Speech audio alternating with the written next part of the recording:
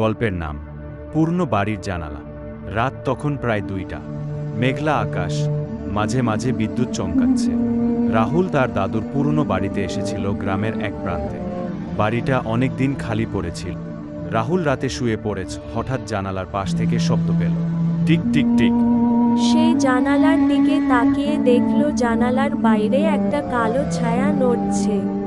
সে ভয় উঠে জানালাটা বন্ধ করতে গেল, কিন্তু হঠাৎ করেই জানালাটা নিজে থেকেই খুলে গেল।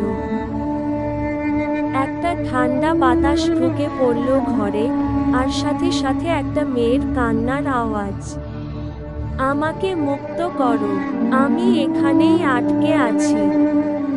রাহুল পিছিয়ে গেল, ঘরের আলো হঠাৎ নিভে গেল। সে যখন টর্চ ধরল, দেখতে পেল এক সাদা শাড়ি পরা মেয়ের মুখ।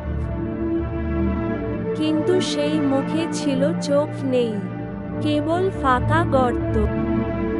রাহুল চিৎকার করে আর ভয়ে অজ্ঞান হয়ে যায়। পরদিন সকালবেলা গ্রামের লোকেরা এসে তাকে মাটিতে পড়ে থাকতে দেখে। সেই ঘরে কেউ আর রাত কাটাতে সাহস করে না। সবাই বলে, ও ঘরের জানালার পাশে এখনো সেই মেয়েটা কান্না করে।